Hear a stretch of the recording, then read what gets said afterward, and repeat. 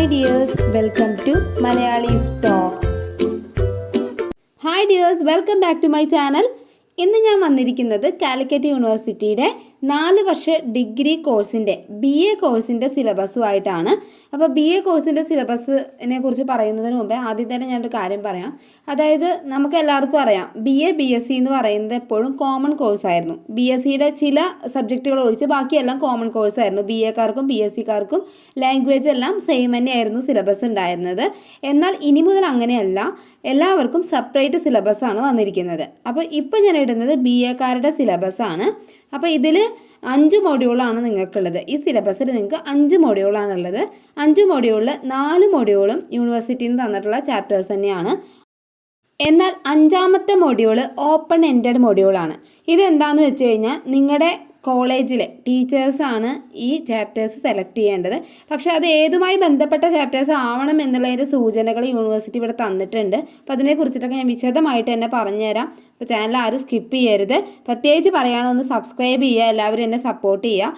പുതിയ ഒരു ഡിഗ്രി കോഴ്സാണ്, അപ്പോൾ പലർക്കും സംശയങ്ങൾ കാണും. സിലബസ് ഒന്നും ആയിട്ടില്ല, ടെക്സ്റ്റ് ബുക്ക് ഒന്നും വന്നിട്ടില്ല, ഒരുപാട് പേർക്ക് ഡൗട്ടിലാണ് ഇപ്പോൾ നിൽക്കുന്നത്. അപ്പോൾ അതുകൊണ്ട് തന്നെ ഇത് കാണുന്ന പഴയ സ്റ്റുഡൻസ് ഉണ്ടെങ്കിൽ നിങ്ങളുടെ അനിയത്തിമാർക്കും കസിൻസിനും ഒക്കെ ഇത് ഷെയർ ചെയ്ത് കൊടുക്കണം. അവർക്കിത് വളരെയധികം ഉപകാരപ്പെടും. ഇപ്പോൾ ഞാനിപ്പോൾ അയച്ചിരിക്കുന്ന മലയാളത്തിൻ്റെയാണ് കേട്ടോ, കാരണം ഞാൻ മലയാളം ടീച്ചർ ആയതുകൊണ്ട് തന്നെ എനിക്ക് വന്ന സിലബസാണ് ഞാൻ നിങ്ങൾക്ക് ഷെയർ ചെയ്തിരിക്കുന്നത്. ഓക്കെ, അപ്പോൾ നമ്മുടെ BAക്കാരുടെ സെക്കൻഡ് ലാംഗ്വേജ് മലയാളത്തിലെ ഫസ്റ്റ് മൊഡ്യൂളിലെ ഫസ്റ്റ് ചാപ്റ്റർ എന്ന് പറയുന്നത് അനുഭവ വ്യാഖ്യാനങ്ങൾ എന്ന് പറഞ്ഞിട്ടുള്ളൊരു ഭാഗമാണ്. മലയാളത്തിലെ അനുഭവ വ്യാഖ്യാനങ്ങളിലെ വ്യത്യസ്ത ജനുസുകളുടെ ആഖ്യാനപരമായ സവിശേഷതകളും ചരിത്രവും, അതിനെക്കുറിച്ചൊരു സാമാന്യ അവലോകനം, വിവിധ മാധ്യമങ്ങളിലുള്ള ആത്മകഥ, ജീവചരിത്രം, സ്മരണ, അനുഭവമെഴുത്ത്, ആത്മകഥ അല്ലെങ്കിൽ കേട്ടെഴുത്ത്, യാത്രാഖ്യാനം, അഭിമുഖം എന്നിവയാണ് ആദ്യത്തെ ചാപ്റ്ററിൽ വരുന്നത്. ഇനി 2ാമത്തെ ചാപ്റ്റർ ആത്മകഥയാണ്. കലാമണ്ഡലം ഹൈദരാലിയുടെ ഓർത്താൽ വിസ്മയം എന്ന പുസ്തകത്തിൽ നിന്ന് എടുത്തിട്ടുള്ള എൻ്റെ ഗുരുനാഥനെ ഓർക്കുമ്പോൾ എന്ന ആത്മകഥ. 3ാമത്തെ ചാപ്റ്റർ ഒരു സഞ്ചാര സാഹിത്യമാണ്. SK പൊറ്റക്കാടിൻ്റെ പ്രശസ്ത സഞ്ചാര സാഹിത്യ കൃതിയായ ഇന്തോനേഷ്യൻ ഡയറിയിൽ നിന്നെടുത്ത കിഴവനും ക്രാക്കാത്തൂവായും എന്ന് പറഞ്ഞ സഞ്ചാര സാഹിത്യമാണ് നിങ്ങൾക്ക് 3ാമതായിട്ട് പഠിക്കാനുള്ളത്. 4ാമതായിട്ട് നിങ്ങൾക്ക് പഠിക്കാനുള്ളത് ഒരു അഭിമുഖമാണ്. മാധവിക്കുട്ടിയുമായി അക്ബർ കക്കട്ടിൽ നടത്തിയ അഭിമുഖം. സർഗസമീക്ഷ എന്ന പുസ്തകത്തിൽ നിന്നാണ് ഈ അഭിമുഖം എടുത്തിരിക്കുന്നത്. 5ാമത്തേത് ജീവിതാഖ്യാനം. അർമേനിയയിലെ ഷോഗോമാൻ ടെലീരിയനെ അറിയാമോ? അദ്ദേഹം കൊന്ന യുവ തുർക്കിയെയോ?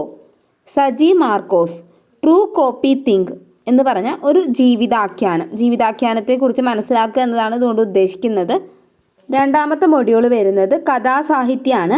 അപ്പോൾ അതിലെ ആദ്യത്തെ ചാപ്റ്റർ ചെറുകഥയുടെ സവിശേഷതകളും മലയാളത്തിലെ ചെറുകഥാ സാഹിത്യത്തിൻ്റെ ചരിത്രവും, അതിനെക്കുറിച്ചൊരു സാമാന്യ അവലോകനമാണ് 1ാമത്തെ ചാപ്റ്ററിൽ വരിക. 2ാമത്തെ മൊഡ്യൂളിൽ 1ാമത്തെ ചാപ്റ്ററിൽ 2ാമത്തെ ചാപ്റ്റർ ചെറുകഥയാണ്.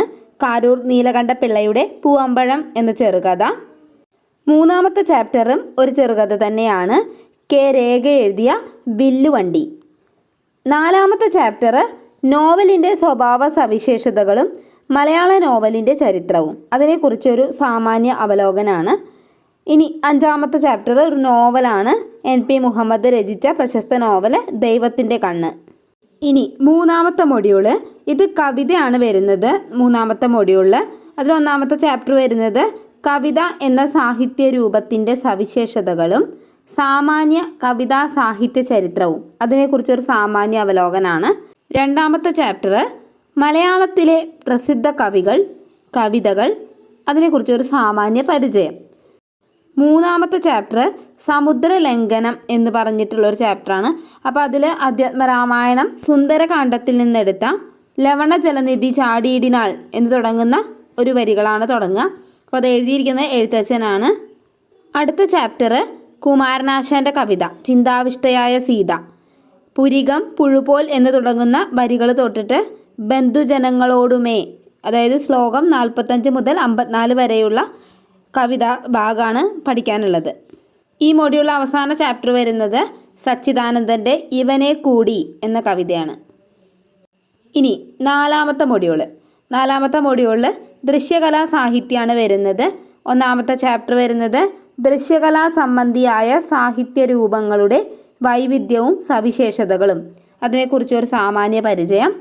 അടുത്ത ചാപ്റ്റർ വരുന്നത് നാടകം.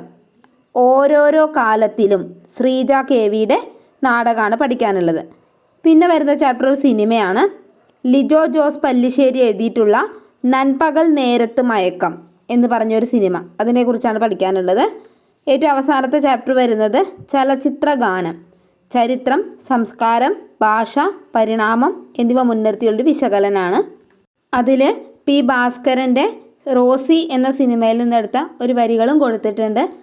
അല്ലിയാമ്പൽ കടവിലൊന്നരയ്ക്കു വെള്ളം. അതുപോലെ തന്നെ നമ്മുടെ പ്രശസ്ത സിനിമ ദേവാസുരത്തിലെ സൂര്യകിരീടം വീണുടഞ്ഞു തുടങ്ങിയ സിനിമാ ഗാനങ്ങളൊക്കെയാണ് നിങ്ങൾക്ക് പഠിക്കാനുള്ളത്. അപ്പോൾ വളരെ മനോഹരമായിട്ടുള്ളൊരു മൊഡ്യൂളാണല്ലേ നാലാമത്തെ മൊഡ്യൂൾ. ഓക്കെ, അപ്പോൾ ഇനി അഞ്ചാമത്തെ മൊഡ്യൂൾ ഞാൻ പറഞ്ഞ ഓപ്പൺ എൻഡഡ് മൊഡ്യൂളാണ്. അപ്പോൾ ഇതിൽ ഏത് ചാപ്റ്ററാണ് വരുന്നതെന്ന് നിങ്ങളുടെ അധ്യാപകരാണ് തീരുമാനിക്കുന്നത്.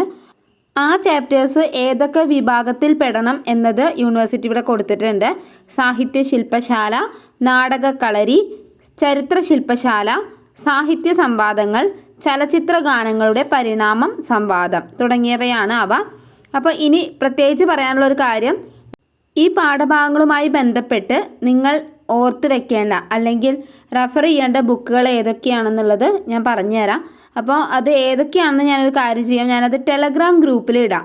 അപ്പോൾ അതിൻ്റെ ലിങ്ക് ഞാൻ ഡിസ്ക്രിപ്ഷനിൽ കൊടുക്കാം. അപ്പോൾ അത് നോക്കിക്കഴിഞ്ഞാൽ നിങ്ങൾക്ക് നേരിട്ട് നോക്കി മനസ്സിലാക്കാവുന്നതാണ്. പിന്നെ അത് മാത്രമല്ല, ഈ ഒരു സിലബസിൻ്റെ PDF ഞാൻ അതിലിടാം. അപ്പോൾ നിങ്ങൾക്ക് പ്രിൻ്റ് എടുക്കാമല്ലോ. പിന്നെ നിങ്ങളുടെ ഈ 4 വർഷ ഡിഗ്രി കോഴ്സിൽ നിങ്ങളുടെ സിലബസ് മാറിയതോടൊപ്പം തന്നെ എക്സാം പാറ്റേൺ മാറിയിട്ടുണ്ട്. ആദ്യം 80 മാർക്കിനായിരുന്നു മലയാളം എക്സാം നടന്നിരുന്നത്. ഇപ്പോൾ അത് 50 മാർക്കിനാക്കിയിട്ട് മാറ്റിയിട്ടുണ്ട്. അതുപോലെ തന്നെ ഇൻറ്റേർണൽ മാർക്സ് 20 മാർക്കായിരുന്നു, ഇപ്പോൾ 25 മാർക്കാക്കിയിരിക്കുന്നു. അങ്ങനെ ഒരുപാട് ചേഞ്ച് വന്നിട്ടുണ്ട്. പിന്നെ സീലിങ്ങിലും മാറ്റം വന്നിട്ടുണ്ട്. അപ്പോൾ അതിനെക്കുറിച്ചിട്ടൊക്കെ ഡീറ്റെയിൽ ആയിട്ട് ഞാനൊരു വീഡിയോ ചെയ്യുന്നുണ്ട്. എല്ലാവരും എൻ്റെ ചാനൽ സബ്സ്ക്രൈബ് ചെയ്യണേ. നിങ്ങൾക്ക് അറിയാവുന്നതല്ലേ, ഈ ചാപ്റ്റേഴ്സിൻ്റെയൊക്കെ ക്ലാസ്സുകൾ നിങ്ങൾക്ക് ആവശ്യമാണ്. അപ്പോൾ അതൊക്കെ ഞാൻ എൻ്റെ ചാനലിൽ അപ്ലോഡ് ചെയ്യുന്നതാണ്. അതുപോലെ തന്നെ നോട്ട്സ് വേണമെന്നുണ്ടെങ്കിൽ ടെലഗ്രാം ചാനലുണ്ട്, അതിൻ്റെ ലിങ്ക് ഞാൻ ഡിസ്ക്രിപ്ഷനിൽ കൊടുക്കുന്നുണ്ട്. പിന്നെ എന്തെങ്കിലും ഡൗട്ട് ഉണ്ടെങ്കിൽ കമൻറ്റിലൂടെ എന്നോട് ചോദിച്ചു കഴിഞ്ഞാൽ ഞങ്ങൾക്ക് അറിയാവുന്ന കാര്യങ്ങളൊക്കെ നിങ്ങൾക്ക് പറഞ്ഞു തരാം. യൂണിവേഴ്സിറ്റി അപ്ഡേറ്റ്സൊക്കെ കറക്റ്റായിട്ട് അറിയാനും ഒക്കെ നിങ്ങൾ എൻ്റെ ചാനൽ വാച്ച് ചെയ്താൽ മതി. Okay, thank you for watching. By.